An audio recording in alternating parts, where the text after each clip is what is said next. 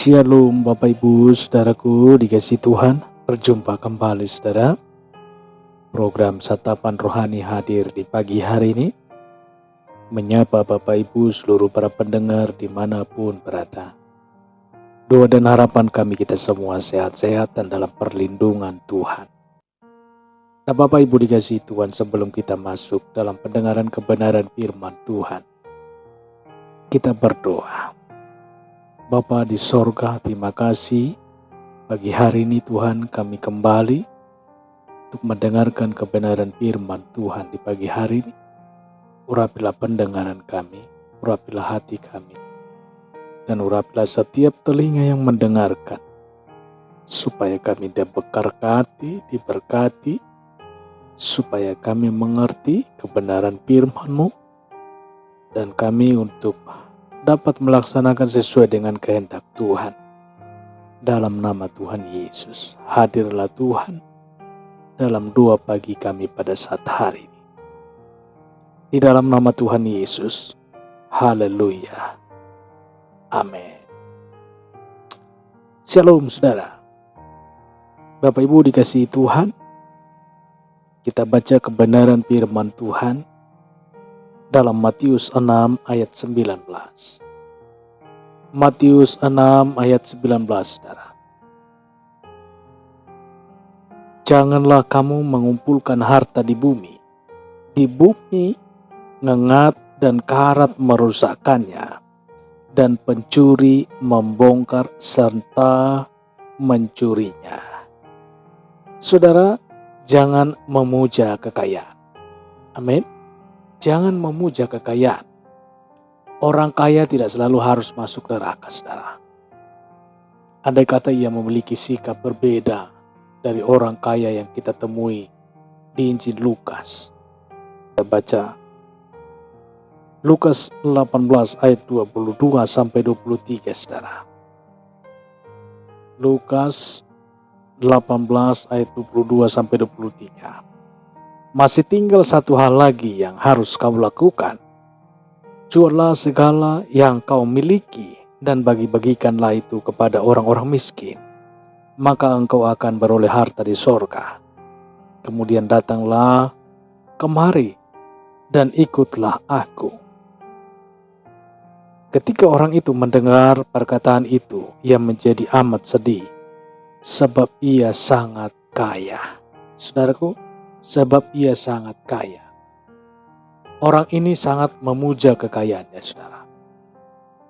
Hidupnya tidak bisa dipisahkan dari harta miliknya. Ia rela kehilangan yang lain, asalkan bukan kekayaannya.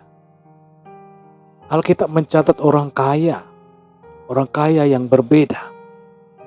Tidak semua orang kaya seperti contoh ini, saudara. Lihat saja. Lydia, seorang pengusaha besar pedagang kain ungu dari Tiatira. Ia kaya namun sangat diberkati dan berbakti kepada Tuhan. Ia tidak mau terikat dengan hartanya. Saudaraku, tidak sedikit bantuan dan fasilitas yang disediakan untuk menunjang pelayanan Rasul Paulus. Kita baca dalam Kisah Para Rasul 16 ayat 13 sampai 15. Kisahnya bisa kita baca di sana, saudara. Saudara, Kisah Rasul 16 ayat 13 sampai 15.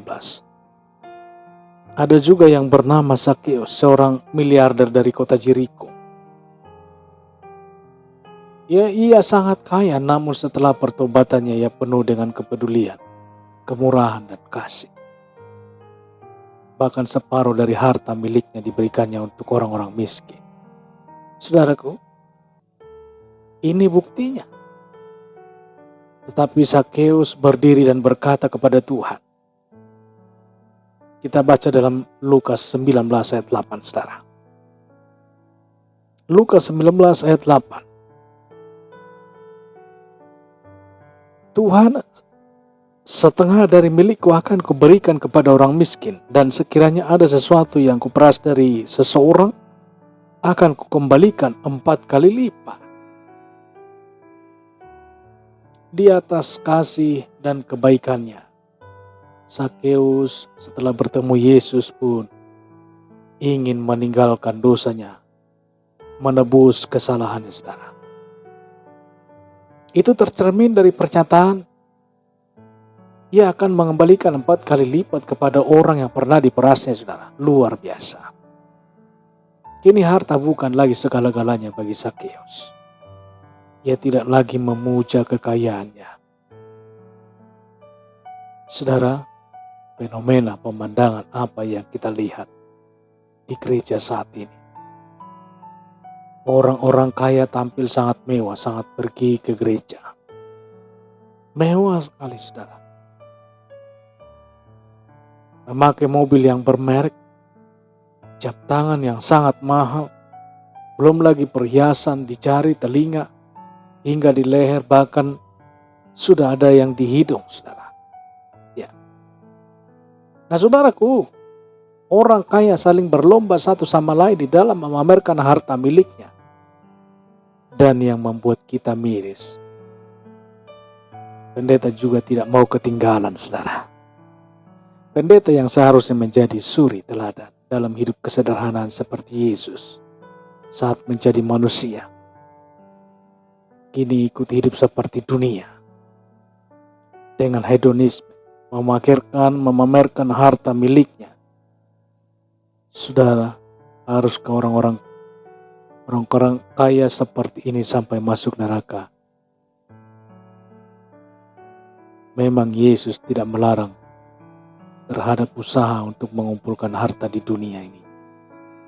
Tetapi ingat Bapak Ibu Saudaraku, Yesus menyuruh kita untuk menjadi pemberi, bukan penyimpan. Bapak Ibu, kita ingat baik-baik apa kata Yesus dalam Matius 6 ayat 19. Matius 6 ayat 19. Janganlah kamu mengumpulkan harta di bumi ngengat dan karat merusakkannya, dan pencuri membongkar serta mencurinya.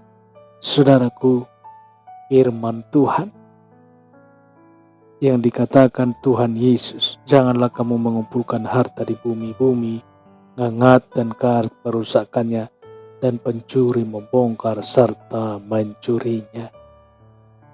Kita harus mengumpulkan harta kita di sorga.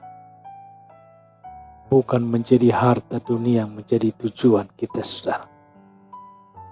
Nah, Bapak Ibu dikasihi Tuhan, kiranya firman Tuhan yang kita dengarkan pada saat pagi hari ini dapat menjadi berkat rohani bagi setiap telinga yang mendengarkan, dipulihkan dan disembuhkan. Haleluya. Tuhan Yesus memberkati. Bapak Ibu dikasihi Tuhan, kita berdoa.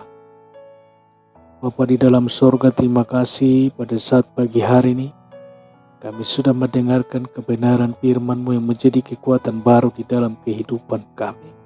Terima kasih Tuhan, terima kasih. Berkatilah setiap Bapak Ibu yang mendengarkan firman Tuhan di pagi hari ini. Pergumulan permasalahan yang mereka hadapi, tangan kasih Tuhan yang selalu menolong, memberikan kekuatan dan memberikan jalan keluar. Berikan hikmat pengetahuan sehingga setiap yang mengalami perkara dapat menanggung di dalam nama Tuhan Yesus. Cakap menanggungnya di dalam nama Tuhan Yesus. Berikan kekuatan pemulihan bagi setiap kami yang mendengarkan renungan firman Tuhan. Pujilah namamu, termulialah namamu Yesus. Diagungkanlah Tuhan pada saat hari ini, kekal untuk selama-lamanya. Di dalam nama Tuhan Yesus, yang sakit juga disembuhkan pada saat pagi hari ini. Siapapun Tuhan yang mendengarkan firman Tuhan, pada pagi hari ini diberkati oleh Tuhan. Di dalam nama Tuhan Yesus. Haleluya. Amin. Nah Bapak Ibu dikasihi Tuhan, demikian firman Tuhan di pagi hari ini. Kiranya Tuhan memberkati Bapak Ibu seluruh para pendengar dimanapun berada. Apabila diberkati dengan renungan pagi pada saat pagi hari ini Bapak Ibu. Silakan tekan tombol subscribe-nya, like, share, supaya kami dapat mendoakan Bapak Ibu Saudara. Dan apabila ada permohonan doa, boleh Bapak Ibu komen di bawah video ini supaya kami dapat menyebut nama saudara dan mendoakan saudara. Kiranya Tuhan memberkati Bapak Ibu seluruh para pendengar dimanapun berada. Demikian perjumpaan kita pagi hari ini. Tuhan Yesuslah yang memberkati, dan berjumpa kembali kita dalam kesempatan berikutnya. Haleluya. Amin.